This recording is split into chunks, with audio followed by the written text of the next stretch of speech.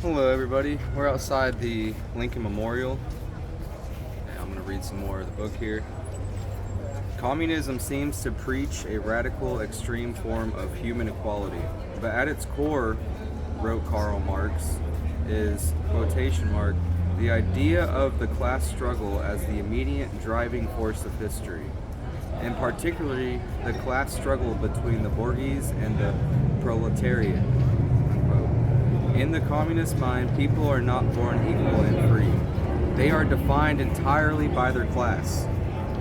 Under communism, the purpose of government is not to secure rights at all.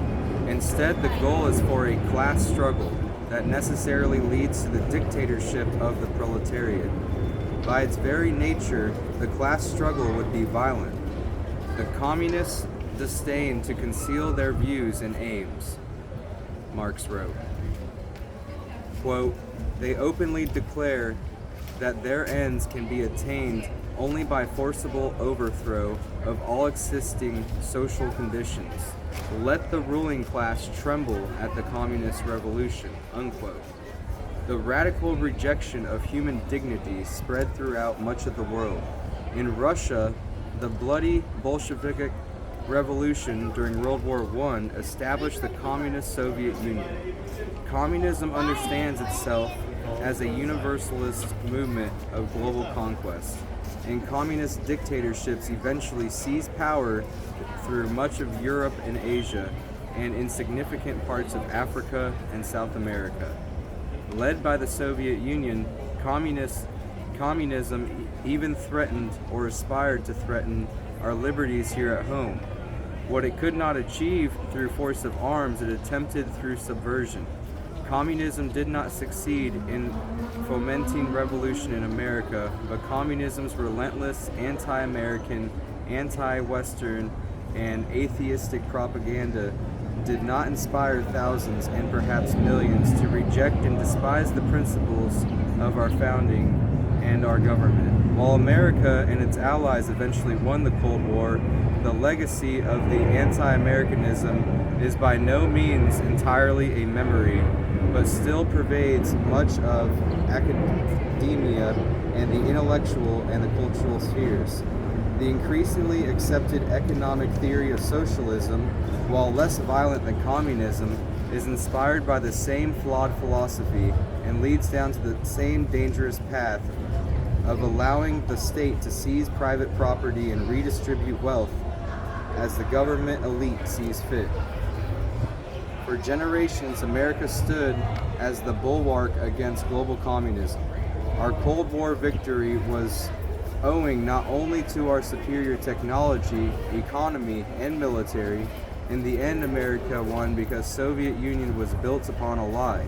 As President Ronald Reagan said, I have seen the rise of fascism and communism, but both theories fail. Both deny those God-given liberties that are inalienable right of each person on this planet. Indeed, they deny the existence of God. The 13th Amendment to the Constitution, passed after the Civil War, brought an end to legal slavery.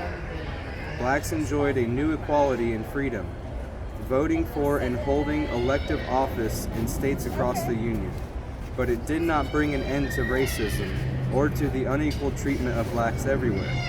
Despite the determined efforts of the post-war Reconstruction Congress to establish civil equality for freed slaves, the postbellum South ended up devolving into a system that was hardly better than slavery. The system enmeshed freed men in relationships of extreme dependency and used poll taxes, literacy tests, and the violence of vigilant groups like the Ku Klux Klan to prevent them from exercising their civil rights. And president's flying by. When I say president, I mean the dictator. Excuse me.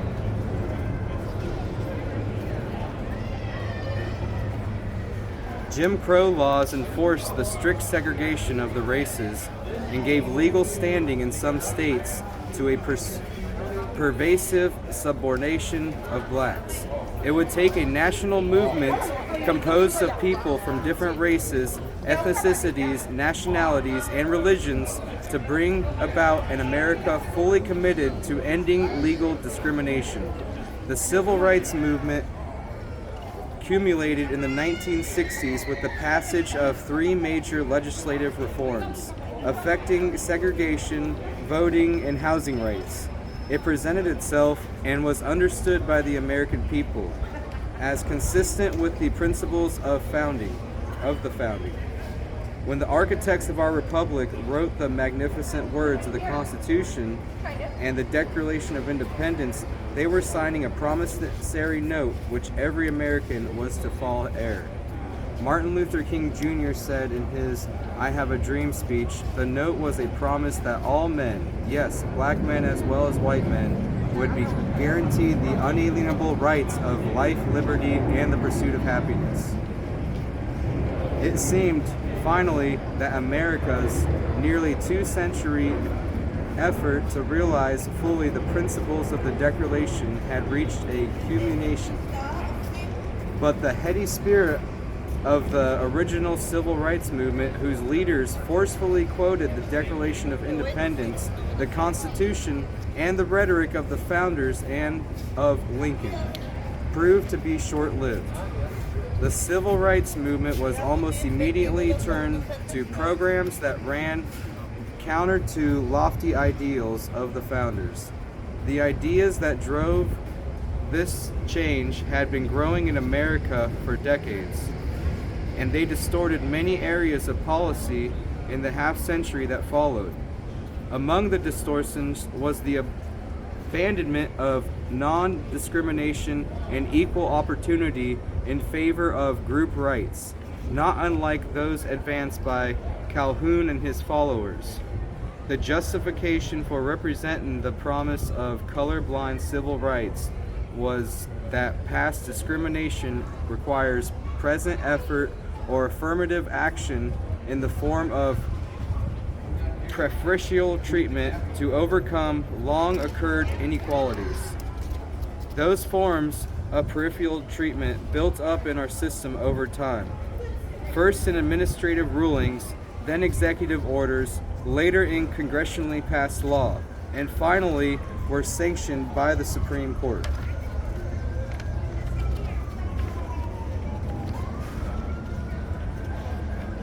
Today, far from a regime of equal natural rights for equal citizens, enforced by the equal application of law, we have moved towards a system of explicit group privilege that, in the name of social justice, demands equal results and explicitly sorts citizens into protected classes based on race and other demographic categories. Eventually, this regime of formal inequality would come to be known as identity politics, the stepchild of earlier rejections of the founding. Identity politics, discussed in Appendix 3, values people by characteristics like race, sex, and sexual orientation, and holds that new times demands new rights to replace the old. This is the opposite of King's hope that his children would live in a nation where they will not be judged by the color of their skin, but by the content of their character, and denies that all are endowed with the unalienable rights of life, liberty, and the pursuit of happiness. Identity politics makes it less likely that racial reconciliation and healing can be attained by pursuing Martin Luther King Jr.'s dream for America and upholding the highest ideals of our Constitution and of our Declaration of Independence. Thank you, guys.